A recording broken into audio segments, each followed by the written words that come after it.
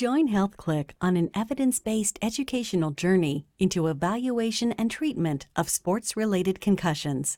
There are between 1.7 and 3 million sports concussions per year. Many concussions still go undiagnosed or underdiagnosed, which in turn costs the athlete valuable time and the medical system unneeded costs. Medical professionals trained in concussion management that have a structured team approach to pre- and post-management of concussions tend to have better outcomes, which lead to overall better quality of life for their clients. This advanced level course provides an in-depth understanding of the pathophysiology of sport-related concussion, diagnosis, and management strategies based on the most recent evidence. If an athlete has sustained a concussion and they're immediately removed, they're monitored in the locker room, they have their sideline assessment done, that reevaluation has to occur within that 24 hours so that we really could see what's going on with that patient.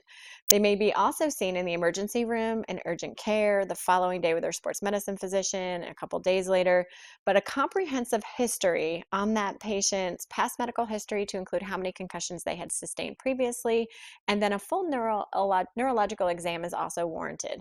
This may include mental status, cognitive function, sleep-wake disturbance interview, ocular function, vestibular function, and then a gait and balance assessment.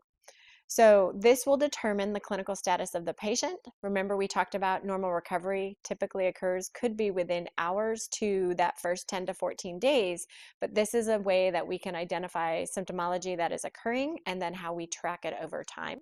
The value-based, collaborative healthcare team approach presented in this course instructs how to efficiently and effectively identify problems early, get patients or athletes the treatment they need, and return them to play safely in a smaller, efficient window. Learn to diminish the possibility of the post-concussive symptomatology that then creates additional sequelae and additional healthcare costs that can lead to inefficiency. Explore an extensive explanation of the clinical signs and symptoms, biomarkers, clinical trajectories, subtypes, and common features associated with concussions.